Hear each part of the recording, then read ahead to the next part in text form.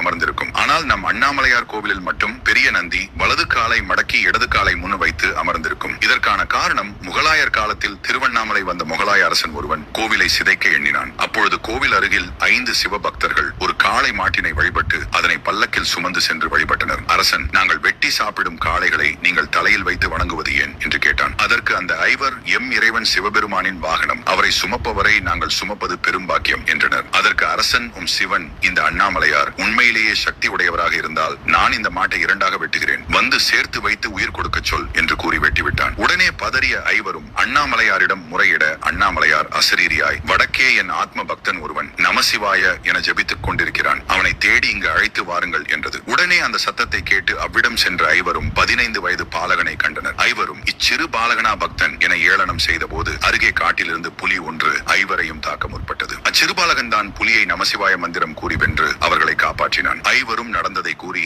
அச்சிறு பாலகனை அழைத்து சென்றனர். அண்ணாமலையார் கோவில் வந்தடைந்த அவர்களை அரசனை கண்டு தான் அந்த மாட்டின் 2 துண்டுகளையும் இணைத்து உயிர் கொடுப்பதாக கூறினான். உடனே அண்ணாமலையார் முலஸ்தானம் சென்று நமசிவாய மந்திரம் கூறி அந்த மாட்டினை இணைத்து உயிர் பெறச் செய்தார். அதை நம்ப மறுத்த முகலாய அரசன், நீ ஏதோ சித்து வேலை செய்கிறாய் என கூறி நம்ப மறுத்தான். சரி, மற்றொரு வாய்ப்பு, இதில் நீ வென்றால் இந்த கோவிலை நான் ஒன்றும் செய்ய மாட்டேன், நான் வென்றால் இடித்து விடுவேன் என கூறினான். அதற்கும் சளைக்காத அச்சிவபாலகன் அண்ணாமலையான் மேல் வைத்த நம்பிக்கையில் போட்டிக்கு சம்மதித்தான். அரசன், தற்போது ஒரு தட்டு நிறைய மாமிசத்தை அண்ணாமலையாருக்கு படையுங்கள், அவருக்கு சக்தி இருந்தால் பூவாக மாற்றட்டும் என கூறினான். அவன் ஆணைப்படி வீரர்கள் மாமிசத்தை படைக்க முற்பட்டனர். அண்ணாமலையார் அருகே மாமிசத்தை வைத்ததும் மாமிசம் பூக்களாக மாறியது. அதில் பல ரக பூக்களும் தட்டு முழுவதும் நிரம்பி வழிந்தது. இதனை கண்ட 5 பாலகனும் ஓம் நமசிவாய, அண்ணாமலைக்கு அரோகரா என போற்றி பேரானந்தம் அடைந்தனர். இத்தனையும் நம்பாத அரசன் கடைசியாக ஒரு போட்டி, நம் பெரிய நந்தியை பார்த்து, இந்த உயிரில்லாத இந்த நந்திக்கு உயிர் கொடுத்து காலை மாற்றி மடித்து வைத்து உட்கார்ந்து விட்டால் உங்கள் அண்ணாமலையாரை வணங்கி இக்கோவிலை சிதைக்கும் முயற்சியையும் கொள்ளை அடித்த நகைகளையும் அண்ணாமலையாரிடமே ஒப்படைத்து விட்டு செல்கிறேன் என்றான். உடனே நமசிவாய மந்திரம் கூறிய அப்பாலகனும் 5 அண்ணாமலையாரிடம் நம் பெரிய நந்திக்கு உயிரூட்டுமாறு வேண்டினர். கருணை கடல் அல்லவா நம் அண்ணாமலையார். உடனே பெரிய நந்திக்கு உயிர் கொடுத்து கால் மாற்றி மடக்கி வைக்க உத்தரவிட்டார். அன்று முதல் அண்ணாமலையார் கோவிலின் பெரிய நந்தி மட்டும் வலது காலை மடித்து